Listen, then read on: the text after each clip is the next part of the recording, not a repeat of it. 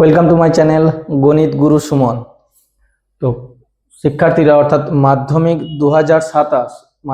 2027 সালে যারা পরীক্ষার্থী রয়েছে তাদের মধ্যে যাদের অঙ্কের প্রতি খুব ভয় রয়েছে, তোমরা ভাবছো মনে মনে যে পাস করব কিভাবে। তো তোমাদের জন্য বলছি, তোমাদের পাস করার ক্ষেত্রে সম্পূর্ণ বইটা করার প্রয়োজন নেই। তো তোমরা কিভাবে পাস করবে, তোমরা আমার এই ভিডিওটা দেখতে থাকো। কিভাবে পাস করবে, ভয় থেকে বেরিয়ে এসে তোমরা অঙ্কের প্রতি ভালোবাসা পাবে এবং কিভাবে পাস করবে তোমরা একটু লক্ষ্য করো। দেখো, বইয়ের মধ্যে তোমাদের যে টেক্সট বইটা রয়েছে, টেক্সট বইয়ের মধ্যে ধরে রাখো প্রায় মনে হচ্ছে 26টা অধ্যায় রয়েছে। তো তোমাদের সব করার প্রয়োজন নেই। কি করবে দেখো, তোমাদেরকে আমি কিছু কিছু চ্যাপ্টার বেছে বলে দিচ্ছি, তোমরা সেইগুলো করো। আশা করা যায় তোমরা 50 থেকে 60 নাম্বার পাবে। তো কোন কোনগুলো করবে তোমরা একবারটি লক্ষ্য করো। দেখো, যেমন পাটিগণিতের ক্ষেত্রে কি থাকে, সরল সুদ কষা, চক্রবৃদ্ধি সুদ ও সমাহার বৃদ্ধি বা হ্রাস। আরেকটা আমি এখানে লিখিনি, তার কারণ সেটা করতে হবে না, অংশীদারি কারবার। এই যে তিনটে রয়েছে পাটিগণিতের মধ্যে, এই তিনটের মধ্যে তোমরা যদি ধরো দুটো করে নাও, সরল সুদ কষা আর চক্রবৃদ্ধি সুদ ও সমাহার বৃদ্ধি বা হ্রাস, অংশীদারি কারবারটা তোমরা বাদ দিয়ে দাও, তাহলে এই দুটোর থেকে তোমরা 5 নাম্বার একটা পাবেই। এবার ধরো শর্ট প্রশ্ন তো রয়েছে, তার কথাটা আমি ধরছি না এখন, দুটোর থেকে তোমরা 5 নাম্বার পাবেই একটা। এরপর ধরো বীজগণিতের ক্ষেত্রে কি হয়, বীজগণিতের ক্ষেত্রে দেখো একচল বিশিষ্ট দ্বিঘাত সমীকরণ। এই একচল বিশিষ্ট যে দ্বিঘাত সমীকরণটা রয়েছে, এই একচল বিশিষ্ট দ্বিঘাত সমীকরণের তুমি শুধুমাত্র ওই যে সমাধান অংশগুলো রয়েছে, সমাধান অংশগুলো আর যে ওই কোষে দেখি 1.5, ওই 1.5-এর আগে যে উদাহরণ কিছু রয়েছে সেই উদাহরণ কিছু দেখবে, তাহলে দেখবে ওই একচল বিশিষ্ট দ্বিঘাত সমীকরণ থেকে তোমরা কোনো অঙ্ক দিলে করতে পারবে। রয়েছে কি অনুপাত সমানুপাত, আর রয়েছে কি করণী। এই যদি তিনটে করো, এই তিনটে যদি ভালোভাবে করো, তোমরা আশা করি বীজগণিতটাও সম্পূর্ণভাবে পেয়ে যাবে। তাহলে তোমাদের কটা হচ্ছে, সরল সুদ কষা, চক্রবৃদ্ধি সুদ ও সমাহার বৃদ্ধি বা হ্রাস, একচল বিশিষ্ট দ্বিঘাত সমীকরণ, অনুপাত সমানুপাত, করণী। দেখো 5টা মাত্র বললাম।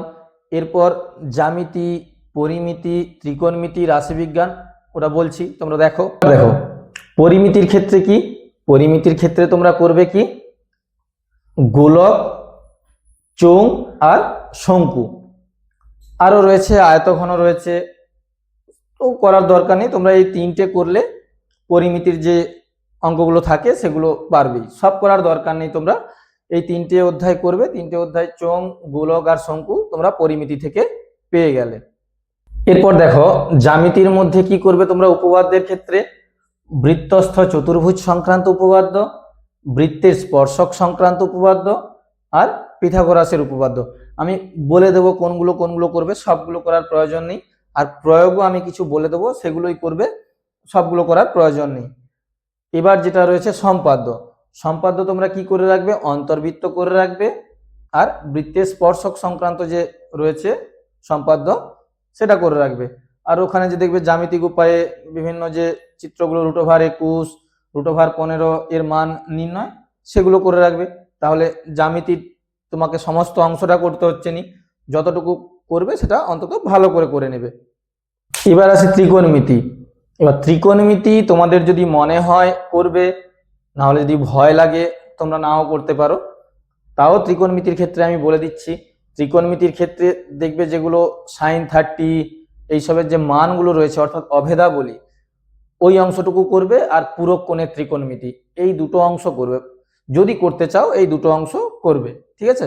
আর মনে হয় যদি যে আমরা উচ্চতা দূরত্বটা করতে পারবো তাহলে করো, না হলে করার দরকার নেই। এরপর আসছি রাশিবিজ্ঞানে। রাশিবিজ্ঞানের ক্ষেত্রেও কি তোমাদের যদি মনে হয় যে বহুভুজ অঙ্কন বা অজাইব অঙ্কন বা রাশির সংখ্যাগুরু মান, গড়, মধ্যমা, এগুলো নির্ণয় করার যে প্রবলেমগুলো দু একটা দেখে রাখতে চাও, তোমরা ওই প্রবলেমগুলো দু একটা দেখে রাখতে পারো। সেগুলো আমি বলে দেবো যে কোন কোন প্রবলেমগুলো দু একটা করে রাখবে, সেগুলো করে রাখতে পারো। সুতরাং তোমাদের মানে সম্পূর্ণ যে বইটা, সেই বইটা পুরোটা ভালো মানে করার দরকার নেই, যেগুলো করবে মোটামুটি ভালোভাবে করবে। আমি তোমাদের বলে দিলাম কোন কোনগুলো করবে, তো যেগুলো বলে দিলাম সেইগুলোই অন্তত তোমরা যদি ভালো করে করো, আশা করা যায় তোমরা 50-60 পাবে। এগুলো কিন্তু কেবলমাত্র যারা অঙ্কের প্রতি ভয়, তারা পাস করবে কিভাবে তাদের ক্ষেত্রেই কিন্তু বললাম, এটা কিন্তু সবার ক্ষেত্রে বলছি না যে মানে ভালো ছেলেরাও রয়েছে, অনেকে ছেলেমেয়েরাও রয়েছে, তারাও বলবে তাহলে কি আমরা এগুলোই করব আর বাকিগুলো করবো না। তাদের ক্ষেত্রে তোমরা কিন্তু অবশ্যই পুরো বইটা যা রয়েছে একদম উদাহরণ থেকে শুরু করে বইয়ের মধ্যে যে সমস্ত কিছু রয়েছে সমস্ত কিছু কিন্তু তোমরা করবে।